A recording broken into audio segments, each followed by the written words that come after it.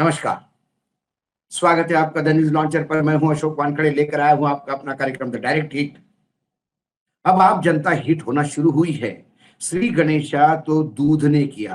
अमूल ने आज अपने दूध की कीमतें 2 रुपए प्रति लीटर लगा दी है, जो रात के 12 बजे बाद लागू होगी। यानी 14 तारीख से सुबह जब आप दूध खरीदने जाओगे तो 1 लीटर पे 2 रुपए एक्स्ट्रा देने होंगे। ये तो शुरुआत है। आगे पेट्रोल डीजल भी कितना महंगा होगा पता नहीं। आरबीआई के गवर्नर ने इस पे ऑलरेडी इशारा कर दिया है। सोना चांदी की कीमतें ने रिकॉर्ड तोड़ दिया। एक तरफ से सूरज आग उगल रहा है, पूरा देश गर्मी में तप रहा है। दूसरी तरफ महंगाई का तड़का आम आदमी का जीना मुश्किल कर रहा है।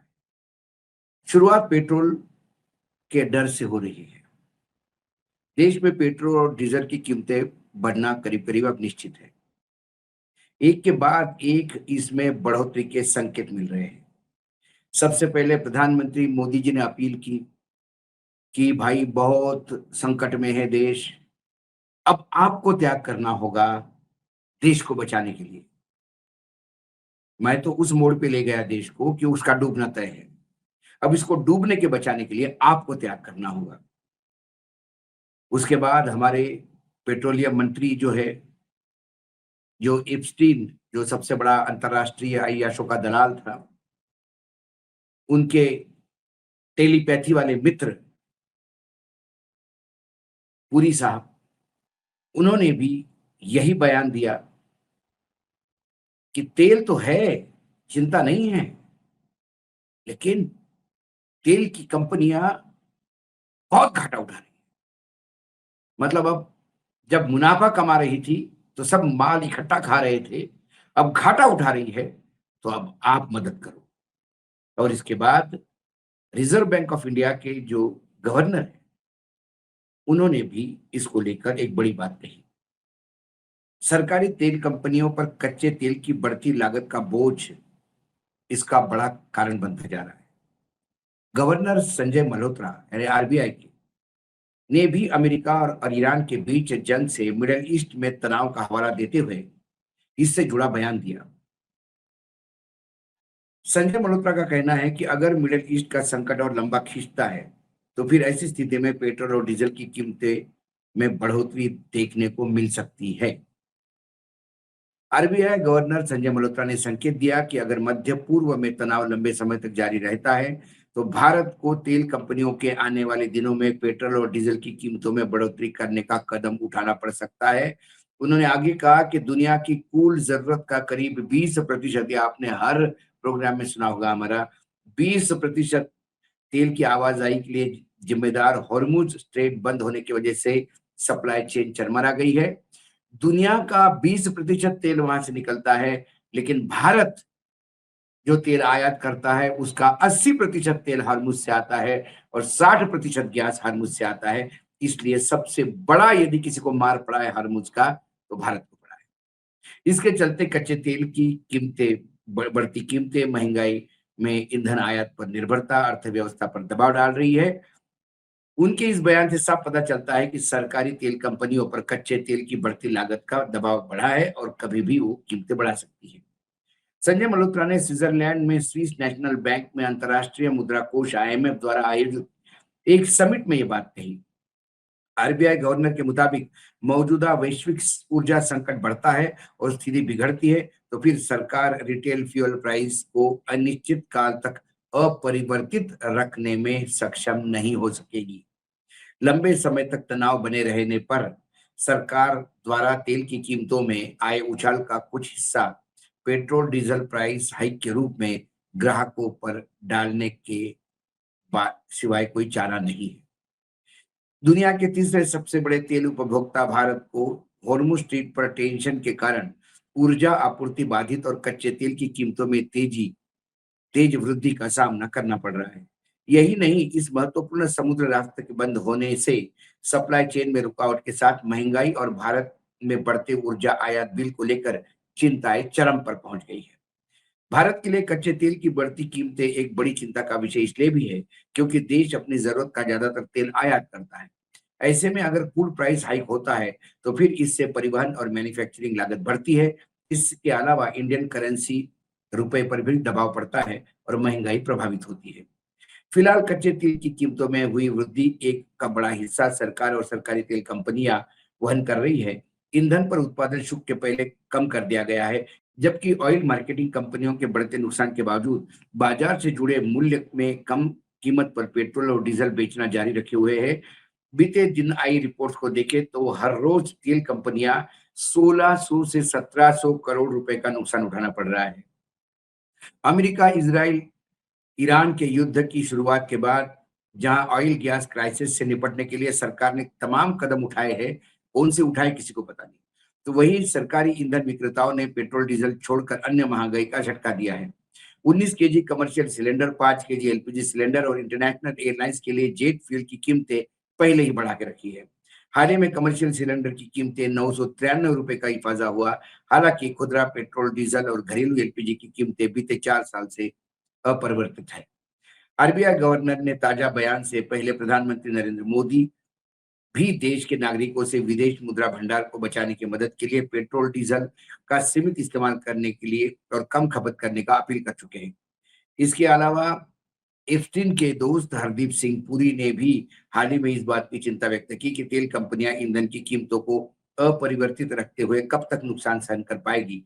उन्होंने एक कार्यक्रम में बोला कि मैं नहीं कह रहा पेट्रोल डीजल की कीमतें नहीं बढ़ेगी, इसका मतलब बढ़ेगी, लेकिन वो कहते हैं कि पिछले 4 साल से हमने इसमें अपरिवर्तित किया, लेकिन इसी 4 साल के बीच में आपने रशिया से भी डिस्काउंटेड तेल खरीदा और खूब माल काटा और कटवाया अपने उद्योगपति दोस्तों को।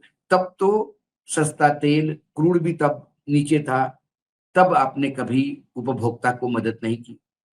खूब पैसा इकट्ठा किया पेट्रोल पे और कीमतें बिल्कुल कम नहीं की। आम उपभोक्ता को आपने आदत लगा दी कि वो इतने ही रुपए का पेट्रोल खरीदने के आदी हो जाए। अब जब सिर्फ 2 महीने से, क्योंकि ये युद्ध फरवरी 28 को शुरू हो गया, मतलब ऑलमोस्ट फरवरी खत्म हो गया था। मार्च, अप्रैल ये 2 महीने में ही नुकसान में आप परेशान हो गए और 4 साल तक माल काटते रहे, उसके बारे में कभी कोई जिक्र नहीं किया। ये इतना गलत इंफॉर्मेशन देते हैं और इतना लोगों को मूर्ख बनाते हैं। लेकिन ये तो पेट्रोल में हो गया। चलो, आरबीआई के गवर्नर ने भी कहा, सब कुछ कहा, लेकिन एक झटका जो मैंने कहा आपको, जिसकी शुरुआत की, अमूल मिल्क ब्रांड ने 1 लीटर दूध की कीमत 2 रुपए से इजाफा कर दिया है। ये कीमत कल यानी 14 मई से देश भर में लागू होगी। आम आदमी की जेब पर एक बार फिर से बड़ी सेंध लगने वाली है। रोजमर्रा के इस्तेमाल वाले दूध की कीमतों में इजाफा देखने को मिला है।